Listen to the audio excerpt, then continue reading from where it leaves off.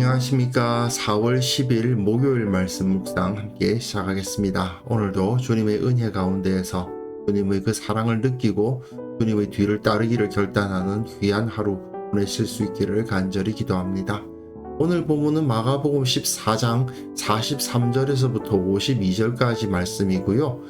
통독하신 말씀은 사무엘하 19장과 20장입니다. 오늘 본문은 예수님께서 붙잡히시는 이야기를 기록하고 있는데요.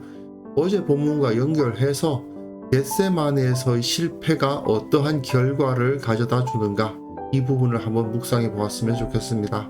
그럼 먼저 말씀 보시겠습니다. 예수께서 말씀하실 때 곧 12 중에 하나인 유다가 왔는데 대제사장들과 서기관들과 장로들에게서 파송된 무리가 검과 몽치를 가지고 그와 함께 하였더라. 예수를 파는 자가 이미 그들과 군호를 짜 이르되, 내가 입맞추는 자가 그이니 그를 잡아 단단히 끌어가라. 이에 와서 곧 예수께 나와 랍비여.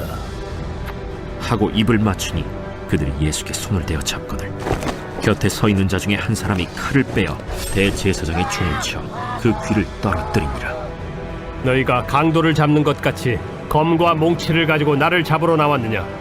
내가 날마다 너희와 함께 성전에 있으면서 가르쳤으되 너희가 나를 잡지 아니하였도다. 그러나 이는 성경을 이루려 함이니라.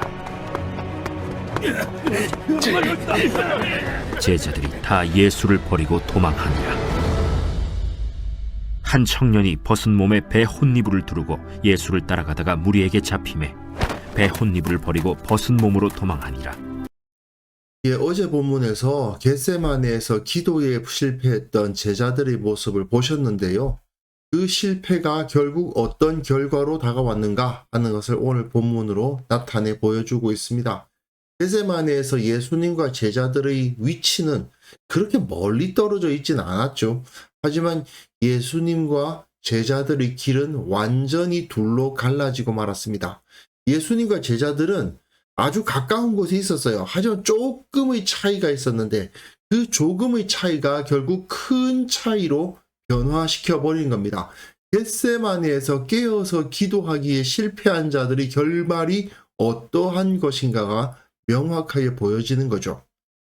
예수께서 말씀하실 때에 곧 12 중 하나인 유다가 왔습니다. 일어나라, 함께 가자, 나를 파는 자가 가까이 왔다라는 말씀을 하시는 중에 가룟 유다가 왔습니다. 그런데 여기서 12 중의 하나라는 이 표현이 있고요. 또 대제사장, 서기관, 장로들, 이런 표현들이 있습니다. 모두 다 그 당시 사람들이 보기에는 높은 사람들입니다. 12 중의 하나라는 표현도 예수님을 따르는 제자들 중에서 가장 고위직에 속한다고 볼 수 있죠. 물론 사회적인 조직으로서의 높은 사람이라고 보기는 어려울 수 있지만 어쨌든 예수님의 제자들 중에서는 그래도 영향력 있는 12사람 중 한 명이니까 상당히 중요한 사람, 주목받는 사람, 나름대로 힘이 있는 사람이라고 할 수 있지 않습니까? 그런데 그들 중 하나인 유다였다라고 기록하고 있어요. 교회 내에서 가장 높은 사람, 인정받는 사람, 나름대로 열심을 내는 사람이 예수님의 대적이 될 수 있다는 것을 보여주는 겁니다. 마치 성전에서 섬기는 하나님의 대적이 대제사장이었죠. 대제사장과 서기관이 하나님의 대적이었던 것처럼 12 사도들 중 한 명이 예수님을 파는 자일 수 있었다는 것을 여기서 보여줍니다. 그리고 여기서 예수를 파는 자라는 표현을 통해서 유다가 뭐 하는 사람인가가 나타나요. 예수님을 팔아서 자기 배를 채우려는 자죠. 대제사장과 서기관과 장로들은 어떤 사람들입니까? 성전에서 하나님을 팔아서 자기 배를 채우는 자들이잖아요. 유다는 어떤 사람입니까? 예수님을 팔아서 자기 배를 채우는 사람이었던 거예요. 이미 그들과 군호를 짜 이르되 내가 입맞추는 자가 그이니, 내가 입맞추는 자, 예수님과 친한 척하는 사람, 나름대로 예수님을 만났다는 사람, 예수님을 통해서 뭔가를 얻었다는 사람, 사람들이 보기에는 예수님과 매우 가까워 보이는 사람, 그 사람이었다는 겁니다. 근데 그가 뭘 해요? 예수님을 팔아요. 그를 잡아 단단히 끌어가라 하였는지라. 이에 와서 곧 예수께 나와 랍비여 하고 입을 맞추었다. 이것은 마가가 너희들 그리스도인들 중에서도 저들 대제사장, 서기관, 장로들과 같은 모습의 행위를 하는 자들이 있을 수 있다라고 강력하게 경고하는 것이라고 할 수 있습니다. 물론 12제자 중에서 11명은 예수님을 팔지는 않았습니다. 하지만 그야말로 50보 100보 별다를 것도 없는 모습을 보여주고 있죠. 자, 여기서 48절과 49절을 중심으로 앞뒤로 비슷한 이야기가 연관되어 있습니다. 예수님의 모습을 중심으로 제자들이 어떤 모습을 보였던가, 그 제자들은 어떤 제자들입니까? 겟세마네에서 실패한 제자들이죠. 깨어서 기도하기에 실패한 제자들입니다. 마가복음에서는 이런 것이 꽤 많죠. 무화과 나무를 예수님께서 저주하시고 그 다음에 성전에 들어가셔서 성전 청결하시고 그 다음날 가보니까 무화과 나무가 말랐다. 또 대제사장과 서기관들이 예수님을 죽이려고 모의하는데 베다니 나병 환자 시몬의 집에서 한 여인이 예수님의 머리에 기름을 붓고 그 다음에 가룟 유다가 대제사장과 서기관을 만나서 예수님을 파려고 하는 이야기가 나오죠. 11장과 14장에서 그런 이야기들이 나옵니다. 즉 예수님의 모습을 중심으로 해서 앞, 뒤에 그 예수님의 모습과는 완전히 대조가 되는 배경이 깔린다고 볼 수 있습니다. 겟세마네에서 실패한 자들은 어떤 모습을 보입니까? 예수님이 잡히시는 모습을 보니까 곁에 서 있는 자 중에 한 사람이 칼을 빼어서 대제사장의 종을 쳐 그 귀를 떨어뜨립니다. 폭력을 사용하는 것이죠. 세상의 방법을 사용하는 것입니다. 겟세마네에서 깨어서 기도하는데 실패하다 보니까 세상 방식을 쓸 수밖에 없는 거 아닙니까? 칼을 휘둘러야죠. 이는 분명 적들의 방식을 그대로 사용하는 행위입니다. 마가복음에서는 예수님께서 이를 고쳐주셨다는 말은 없는데요. 어쨌든 그들의 방식을 나름대로 써봅니다. 하지만 그들 중 한 사람일 뿐이잖아요. 세상 방식을 따라가기는 하지만 세상만큼 그런 방식을 잘 하느냐? 그들만큼 강하냐? 그렇지도 않아요. 교회가요, 세상 방식으로 우리도 돈 많아, 우리도 권력 있어, 이런 식으로 주장하는 경우가 있는데 결국 세상만큼 부유하기도 어렵고 세상만한 권세를 휘두르기도 어렵죠. 결국 지는 겁니다. 결국 그렇게 세상 방식을 사용해서 나름 저항을 해보지만 제자들은 다 예수님을 버리고 도망갈 수밖에 없습니다. 한 청년이 벗은 몸에 배 혼니부를 두르고 예수님을 따라가다가 무리에게 잡히니까 배 혼니부를 버리고 벗은 몸으로 도망했다.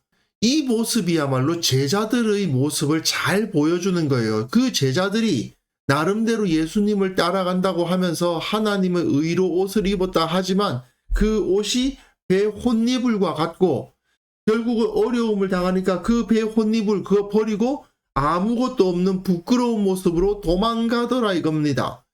어제 본문에서 겟세마네에서 제자들이 예수님 앞에서 부끄러움을 당하는 모습을 볼 수 있었는데 그렇게 예수님 앞에서 부끄러움을 당하는 자들은 세상에서 이런 부끄러움을 당할 수밖에 없다는 겁니다. 세상 방식으로 나름 대처해 본다고 하다가 결국은 이런 부끄러움을 당할 수밖에 없는 거예요. 하지만 예수님은 완전히 다르시죠. 예수님께서 무리에게 말씀하여 이르시되 너희가 강도를 잡는 것 같이 검과 몽치를 가지고 나를 잡으러 나왔느냐? 너희들이 폭력을 가지고 나를 잡으러 나왔느냐? 내가 날마다 너희와 함께 성전에 있으면서 가르쳤으나 너희가 나를 잡지 아니하였도다. 이것은 예수님께서 저들의 폭력에 굴복하신 것이 아니라는 것을 보여주는 말씀입니다. 만약 세상의 폭력에 예수님이 굴복하신 것이라면 예수님은 벌써 잡혀가셨을 것입니다. 하지만 예수님이 이들의 폭력에 의해서 붙잡히신 이유는 성경을 이루려 함이었다라고 말씀을 하시는 거죠. 예수님은 오히려 붙잡히심으로써 성경을 이루시고 그 목적을 달성하려 하시는 겁니다. 이것을 통해서 만민을 향한 구원의 역사를 이루시려고 온 세상을 하나님의 나라로 만드시려고 이렇게 하신 거죠. 그리고 이 예수님을 잡은 자들에게는 의인을 붙잡고 죽인 자라는 확실한 심판의 대상이 되도록 만드신 겁니다. 결국 예수님은 세상적인 눈으로 봤을 때는 실패하신 것처럼, 패배하신 것처럼 보일 수 있으나 사실은 성공하시고 승리하셨구나 하는 것을 알 수가 있게 됩니다. 오늘 본문은 사실 어제 본문과 연결해서 생각하지 않을 수가 없습니다. 예수님은 겟세마네에서 기도하는 데 성공하셨습니다. 그렇기 때문에 이렇게 당당하게 그 사명을 이루시고 세상 앞에 승리를 확신하시면서 걸어가실 수 있으셨습니다. 하지만 겟세마네에서 깨어서 기도하는데, 기도로 자신을 무장하는데 실패하게 되면 이렇게 세상 방식 좀 써보다가 부끄러움을 당하는 결과에 이르게 된다는 것을 너무나도 잘 보여주는 겁니다. 결국 원리는 아주 간단한 겁니다. 기도와 말씀으로 나 자신을 준비하고 성장시킨다면 승리할 것이고, 그렇지 못하면 무너질 겁니다. 매일 하루의 시작을 기도와 말씀으로 준비할 수 있다면 그 하루는 승리하는 하루고, 그렇지 못하다면 결국 패배하는 하루가 되고 말 것이다. 이걸 우리가 생각해야 됩니다. 우리 다음 주간이 고난주간인데요. 우리가 얼마나 깨어 있었던가를 돌이켜 볼 수 있었으면 좋겠습니다. 세상과의 일전을 기도로 준비하지 않는다면 반드시 무너집니다. 말씀과 기도로 하루를 계획하고 그 싸움에 대비하는 자는 승리하겠지만 말씀을 붙들지 않는 자 무너질 수밖에 없다는 것을 우리는 철저하게 인식해야만 됩니다. 그래서 이 시간 함께 기도하실 때에는요, 하나님의 능력을 의지하지 않으면 어떤 결과가 도래하는지 철저히 기억하며 늘 말씀과 기도로 깨어있게 하여 주옵소서. 함께 기도하는 시간 가졌으면 합니다.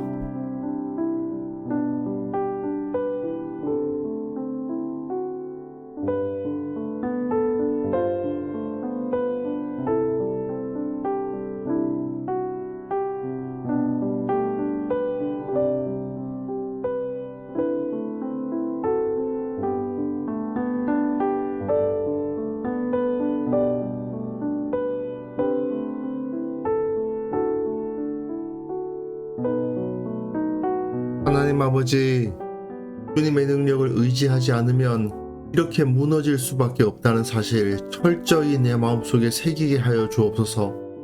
이 제자들이 실패했던 것과 같은 그러한 전철을 우리는 밟지 않도록 도와주시고 늘 말씀과 기도로 깨어있는 자들 되게 하여 주옵소서. 매일 말씀으로 기도로 이렇게 준비할 때에 주님께서 그때마다 능력을 주사 예수님의 모습처럼 당당하게 세상에 맞설 수 있는 그러한 믿음의 사람들이 되게 하여 주옵소서. 우리 그리스도인들이 무엇을 행해야 할 것인가를 명확하게 보여주시고 주님의 방법을 따라서 주님 모습을 닮아서 주님의 향기를 뿜으며 세상 가운데 살아가게 하여 주옵소서. 주님께서 주시는 그 감사의 제목들을 기억하며 주님의 능력을 세상 가운데 나타내며 살아계신 예수님의 법도를 보이며 살아계신 예수님께서의 그 능력을 갖고 계심을 저들에게 전하는 자들 되게 하여 주옵소서. 복음을 전파하는 데 능력을 허락하여 주시고 이 세상을 하나님의 나라로 바꿔나가는 데 쓰임받게 하여 주옵소서. 주님, 이 나라와 이 민족을 불쌍히 여겨주시기를 원합니다. 우리 그리스도인들이 각 처에서 주님의 모습을 나타내지 못함으로 말미암아 참으로 너무나도 부끄럽고 어려운 상황에 처해 있음을 고백합니다. 아버지께서 저들을 성령으로 충만케 하시고 회복되어 예수님의 능력을 발휘하는 자들이 되게 하여 주옵소서. 저들을 통해서 이 땅 가운데 참 평화와 질서가 세워지는 역사가 일어날 수 있도록 도와주옵소서. 아버지, 오늘 하루 살아가는 그 모든 삶 가운데에서 주님의 능력, 주님의 말씀, 주님의 진리가 나타나게 하여 주옵소서. 우리를 통해서 세상이 예수님을 보고, 우리를 통해서 세상이 바뀌어가고, 우리가 서 있는 그곳이 하나님의 나라가 되는 역사를 오늘 경험할 수 있도록 도와주옵소서. 우리와 함께 해주시는 주님께 찬양을 드리옵고 예수님의 이름으로 기도합니다. 아멘.